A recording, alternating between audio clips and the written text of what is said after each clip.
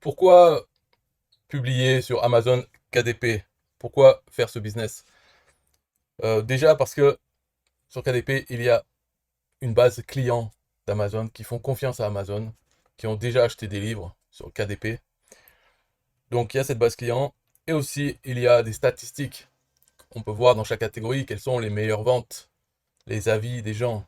Donc c'est une plateforme, on va dire tout en un pour ça. On peut étudier et avoir des idées pour quoi publier qui a le plus de chances de marcher, de copier, émuler ce qui marche déjà, plutôt que de penser dans le vide et essayer de faire quelque chose pour voir si ça vend.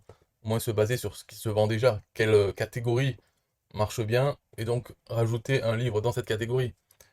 Voilà pourquoi KDP et pas autre chose. Ensuite, qu'est-ce que c'est ADP pas ADP, KDP, qu'est-ce que c'est?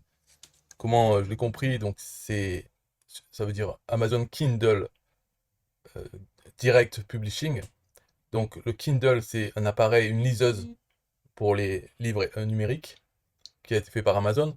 Je pense que Amazon a aussi des applications, des apps Android et sur iPad, des apps KDP. Donc on peut lire les livres qu'on a achetés sur KDP, on peut les lire sur toutes les plateformes, même sur son ordinateur. Mais il y a aussi la liseuse, donc un appareil comme Aristide a acheté, qui permet de lire directement, d'acheter directement des livres KDP.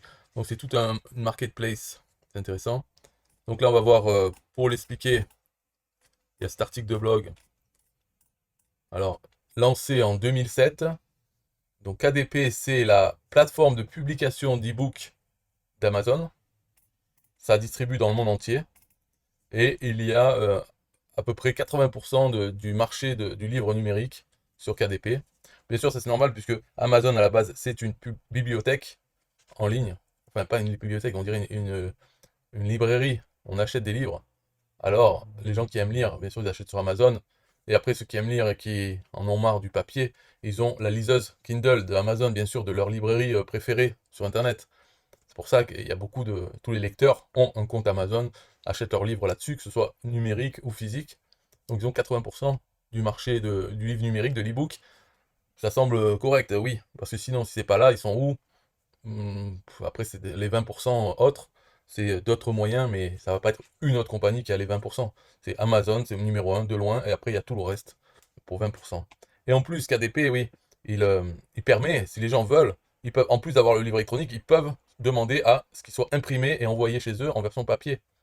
Donc, quand on est éditeur d'un livre sur la marketplace KDP, on peut aussi dire que les clients peuvent l'avoir en version papier, il sera imprimé à la demande. Donc, KDP utilise la technologie de l'impression à la demande pour imprimer et envoyer votre livre directement au lecteur une fois qu'il a été acheté, si le lecteur veut la version papier. Donc ça, bon, ça explique comment ça marche, mais il faut envoyer les fichiers pour l'e-book sur Amazon KDP, publier sur la plateforme, et ensuite les lecteurs peuvent acheter votre e-book ou la version papier. Euh, ils payent à Amazon, et ensuite Amazon vous reverse des royalties. Donc ça dépend si c'est la version électronique, numérique, ou bien la version papier. La version papier, bien sûr, ça va être moins de royalties en pourcentage que la version électronique, parce que le papier, ben voilà, tous les frais pour l'imprimer et l'envoyer, ça sera déduit du profit qu'on fait. Donc là, c'est marqué envoyer vos fichiers, publier l'ebook, bon, ça répète. Après, les bénéfices, pourquoi publier sur Amazon KDP? Moi, j'en ai dit deux, c'est qu'il y a beaucoup de clients et qu'il y a des statistiques sur lesquelles on peut se baser pour avoir des idées de quoi publier. Mais il y a d'autres choses, donc en anglais, voilà, les bénéfices de publier sur KDP. Bon là on va passer à la troisième partie, c'est moi, si je publie sur KDP, ça sera pourquoi? Publier quoi? Alors, personnellement, là, de base, je pense que ça sera des livres sur comment gagner de l'argent. Voilà, parce que pour l'instant c'est mon idée, après ça peut changer si je commence à regarder c'est quoi qui se vend, peut-être que c'est plutôt le développement personnel. Mais pour l'instant je vois par rapport à la vente de produits numériques, donc d'e-books sur autre chose, sur un TPE, c'est tous les produits qui tournent autour de l'argent ont tendance à bien se vendre. Mais c'est pas peut-être le cas pour les lecteurs de livres. Peut-être eux, ils aiment les romans, ou ils aiment les biographies, je ne sais pas ce qu'ils aiment. Donc voilà, pour l'instant, ce que je me base, c'est je pense que ça sera toujours autour de gagner de l'argent, peut-être sur Internet ou autre chose. Mais dans cette catégorie. Et enfin, quatrième point à dire dans cette vidéo, c'est pourquoi il faut publier du high content sur KDP et non pas du low content. Donc ça, Aristide l'a dit dans la vidéo. Bon, c'est quoi low et high? Low, ça veut dire bas. High, ça veut dire haut. Low content, c'est des livres, par exemple, un livre, un agenda, ou un livre pour prendre des notes, un livre de tâches à faire, des choses vides que les gens utilisent, eux, pour noter des choses dessus. Donc ça veut dire forcément, ça sera la version papier. Et en version électronique, ça coupe un peu, ça, personne va acheter un low content en version électronique, parce qu'on ne peut pas écrire dessus. Donc ça coupe un peu la moitié du marché.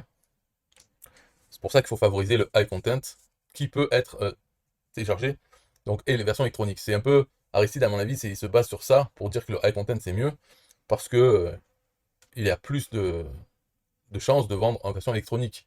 Et version électronique, peut-être qu'il y a plus de ventes que les versions papier, quand il y a le choix. Pour le KDP, quand il y a le choix d'imprimer ou de l'avoir sur son Kindle, peut-être les gens qui ont déjà l'habitude de lire sur Kindle, ils vont jamais demander la version papier. Et donc du low content, ça ne marcherait pas parce que les gens qui utilisent Kindle ne sont pas intéressés par ça, par du low content. Ou alors s'ils sont intéressés, ben, ça va être à l'occasion, aller prendre une version papier d'un truc low content. Je pense que c'est pour ça, ou peut-être parce que le low content c'est tellement facile à faire qu'il y en a plein. Donc la concurrence est rude. Alors que le high content, ça sera toujours assez spécifique. C'est ce livre et pas un autre. On peut pas, ils ne sont pas interchangeables. Et à la limite, si quelqu'un est intéressé dans un domaine, par exemple gagner de l'argent sur Internet, il va acheter plusieurs livres. Comme ça. Alors que le low content, si on veut acheter un agenda, on en achète un pour l'année. Et peu importe lequel, on fait son choix, mais un seul. Alors que dans le high content, les gens peuvent acheter plusieurs livres dans un domaine. Je pense que c'est ça la chose. Et la dernière chose de la vidéo, bon, il nous parle, il nous dit il faut mettre à jour, mettre à jour. Non, c'est donc maintenant c'est mon feedback par rapport à la première leçon, donc du premier jour sur 5, c'est-à-dire 20%. Je trouve que cette vidéo, donc là pour le premier jour, c'est vraiment 1 heure pour pas dire grand-chose, pour présenter KDP, mais on n'a même pas ouvert un compte KDP, donc 20% est passé là-dedans. Et il commence à nous relancer sur le fait de mettre à jour, c'est-à-dire de payer 77 € pour avoir ceci et cela. Alors peut-être c'était le but dès le début de faire ce challenge 5 jours gratuit, et bien sûr de pousser à prendre la mise à jour. Mais de base, quand je vois un challenge gratuit, je me dis pas je vais mettre à jour. Alors, de passer du temps à regarder pendant que la personne nous dit il faut mettre à jour, il faut mettre à jour, ah ça c'est un peu, ça donne envie de partir. Parce que si c'est pour avoir le premier jour, deuxième jour, troisième jour, à chaque fois qu'on me répète ça pendant 10 minutes sur 1 heure, ah, ça va me saouler assez rapidement. Surtout que, comme on a vu au point 3, moi pour l'instant je me dis bon KDP, ok, c'est une plateforme, il y a des intérêts à faire ça. Je pense faire sur des choses sur gagner de l'argent. On verra bien ce qui se passe dans les jours suivants. Et mettre à jour, je pourrais toujours réfléchir à le faire le 5e jour ou le 6e jour. Alors, c'est pas besoin qu'on me répète, je suis au courant que pour avoir des templates et tout ça, il faut mettre à jour, il faut payer, d'accord. Mais je le blâme pas parce qu'il fait ça gratuitement et certainement c'est inclus dans son programme de répéter ça pour avoir des gens qui passent à la mise à jour, des gens sérieux. Bien sûr, pour l'instant, je ne me place pas là-dedans, je regarde, je suis tranquillement et on verra ce que je décide. Est-ce que je décide de le faire, KDP? Et dans ce cas-là, est-ce que j'aurai besoin de ces templates, etc. Peut-être d'un coaching ou autre.